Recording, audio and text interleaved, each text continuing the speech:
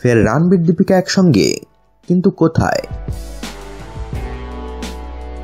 সবাইকে গল্পকথা ইউটিউব চ্যানেলে স্বাগতম। আমাদের চ্যানেলে সাবস্ক্রাইব করেছেন কি?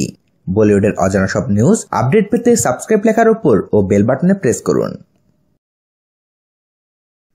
বাসনা এ হাসিনো, ইয়ে জাওয়ানি হ্যায় দিওয়ানি, তমসা, রণবীর কাপুর এবং দীপিকা পাড়ুকোন এই 3টি ছবিতে স্ক্রিন শেয়ার করেছেন।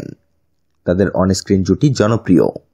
অফ স্ক্রিনেও তাদের প্রেমের সম্পর্ক ছিল বলে শোনা যায়। তবে দীপিকা এখন বিবাহিত।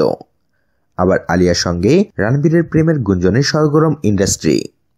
এহেন পরিস্থিতিতে নাকি ফের অন স্ক্রিনে জুটি বাঁধতে চলেছেন এই দুই তারকা। শোনা যাচ্ছে লব রঞ্জনের পরের ছবিতে নাকি জুটি হিসেবে দেখা যাবে রণবীর দীপিকাকে। প্যার কা পঞ্চনামা ছবির মাধ্যমে পরিচালক হিসেবে জনপ্রিয়তা পেয়েছিলেন লব রঞ্জন।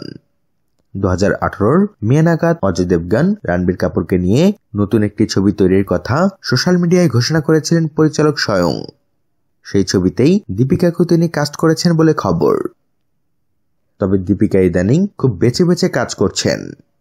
নতুন এই ছবিটি করতে তিনি রাজি হয়েছেন কিনা তা এখনো জানাননি। তবে ফের রণবীর দীপিকাকে জুটি হিসেবে অন স্ক্রিনে দেখার জন্য অপেক্ষায় রয়েছেন সিনেপ্রেমীরা। বন্ধুরা, আমরাও অপেক্ষায় রইলাম রূপলী পর্দায় রণবীর দীপিকার কেমিস্ট্রি দেখার জন্য। আর এ বিষয়ে আপনাদের মতামত জানিয়ে দিন আমাদের কমেন্ট বক্সে। সবশেষে ভিডিওটিতে লাইক ও শেয়ার দিয়ে আমাদের সাথে থাকুন। ধন্যবাদ।